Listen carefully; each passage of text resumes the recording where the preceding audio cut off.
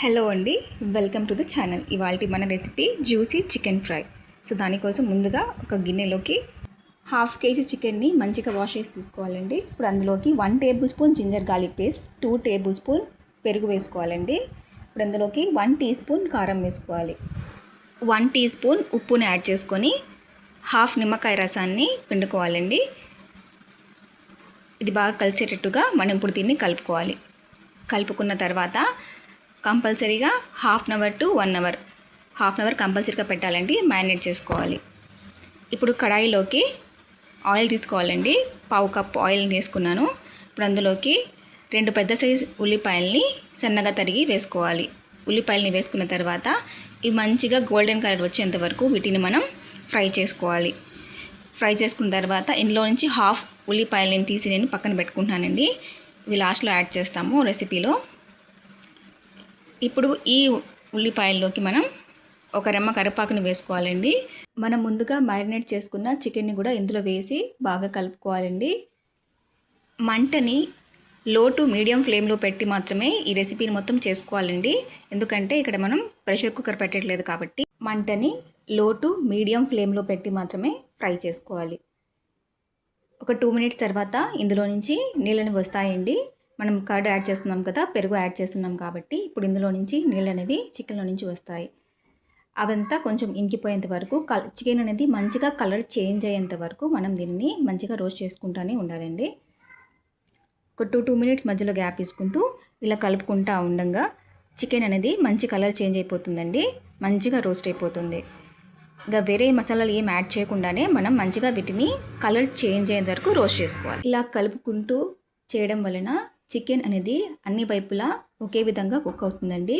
వదిలేస్తే ఏమవుతుందంటే కింద ఒక రకంగా పైన ఒక రకంగా ఉడుకుతుంది. కాబట్టి మధ్యలో గ్యాప్ ఇచ్చుకుంటూ కలుపుకోవడం వలన ఈవెన్గా కుక్ అయిపోతుంది. ఒక 10 మినిట్స్ తర్వాత చికెన్ అనేది కలర్ చేంజ్ అయిపోయిందండి. ఇప్పుడు ఇందులోకి మనం 1 టేబుల్ స్పూన్ ధనియాల powder, 1 table spoon garam masala లేదా చికెన్ మసాలాని యాడ్ చేసుకోండి. పావు టీ స్పూన్ పసుపుని యాడ్ చేసుకోవాలి. యాడ్ చేసుకొని ఈ మసాలాలన్నీ కూడా మంచిగా రోస్ట్ అయ్యేంత వరకు ఇప్పుడు మనం దీన్ని కలుపుకోవాలండి.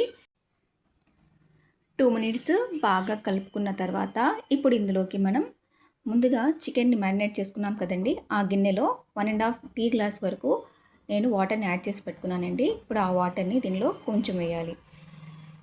కింద మనం కలుపుకుంటున్నప్పుడు మాడిపోతూ ఉంటుంది కదా, అలా మాడకుండా ఉండడానికి మనం కొంచెం వాటర్ అనేవి యాడ్ చేసుకోవాలి. ఫస్ట్ 2 టేబుల్ స్పూన్ వాటర్ అనేది యాడ్ చేసుకుని మంచిగా కలుపుకోవాలండి. ఆ వాటర్లో చికెన్ కొంచెం మంచిగా ఉడుకుతుంది. కొంచెం వాటర్ యాడ్ చేసుకొని ఫ్రై చేసుకోవడం వలన మసాలాలు కూడా మనకి ఈవెన్గా కుక్ అవుతాయండి. మసాలాలు కూడా ప్రతి ముక్కకి తగిలేటట్టుగా వాటర్ అనేది హెల్ప్ అవుతుంది. ఎక్కువ ఏం యాడ్ చేయమండి. 1.5 టీ గ్లాస్ లేదా 2 టీ గ్లాస్ వాటర్ని మధ్యలో కొంచెం కలుపుకోవాలి. ఇప్పుడు మిగిలిన వాటర్ని కూడా నేను యాడ్ చేసేసి మంచిగా కలుపుకుంటున్నానండి. మీకు అవసరమైతే నేను ఇక్కడ 1.5 గ్లాస్ యూజ్ చేశాను కదా, మీరు 2 టీ గ్లాస్ వాటర్ని కూడా యూజ్ చేయొచ్చు. యూజ్ చేసి మధ్యలో వేసుకుంటూ కలుపుకోవాలి. వాటర్ అనేవి యాడ్ చేసిన తర్వాత దీన్ని మంచిగా కలుపుకోవాలండి. ఆ వాటర్ అన్నీ కూడా మళ్ళీ ఇంకిపోయి ఫ్రై చేసుకుంటూ మళ్ళీ నూనె అనేది చికెన్లో నుంచి పైకి తేలేంత వరకు, సపరేట్ అయ్యేంత వరకు ఆయిల్ని మనం కలుపుకోవాలండి. కలుపుకున్న తర్వాత ఒక 2 మినిట్స్ అలాగే ఫ్రై చేసుకోవాలి. ఇప్పుడు ఇందులో నుంచి ఆయిల్ అనేది సపరేట్ అవుతుందండి. ఇప్పుడు ఇందులో ఒక రెమ్మ కరివేపాకు వేసుకోవాలి. మిగిలిన ఆనియన్స్ ఉన్నాయి కదండి, మనం ముందుగా తీసి పెట్టుకున్న ఆనియన్స్, బ్రౌన్ ఆనియన్స్ అవి వేసుకోవాలి. 1 టేబుల్ స్పూన్ నిమ్మరసాన్ని కూడా యాడ్ చేసుకోవాలండి. ఇక్కడ నేను హాఫ్ నిమ్మకాయని తీసుకున్నానండి. వేసుకున్న తర్వాత మంచిగా అది కూడా కలిసేటట్టుగా కలుపుకోవాలి. ఇందులోకి 3 టేబుల్ స్పూన్ వాటర్ని కూడా యాడ్ చేసి కలుపుకోవాలండి. కలుపుకున్న తర్వాత ఇప్పుడు ఇది కలుపుకొని బాగా ఫస్ట్ సాల్ట్ అనేది టెస్ట్ చేసుకోవాలండి. ఆల్రెడీ 1 టీ స్పూన్ వేస్తున్నాం కాబట్టి అవసరమైతే కొన్ని యాడ్ చేసుకోండి. నేను ఇక్కడ చూసానండి, నాకైతే సాల్ట్ అనేది అవసరం రాలేదు. మీకు కావాలనుకుంటే మాత్రం టేస్ట్ చూసి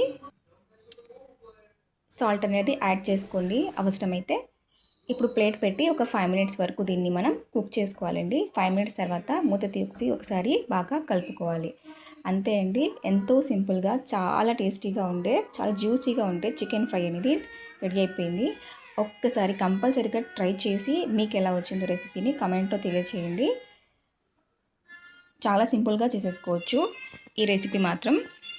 ఎక్కువ హెవీగా మసాలాలు ఏమి యూజ్ చేయమండి. కొన్ని ఇంగ్రీడియంట్స్తో మాత్రమే చాలా టేస్టీగా, చాలా జ్యూసీగా ఉంటుంది.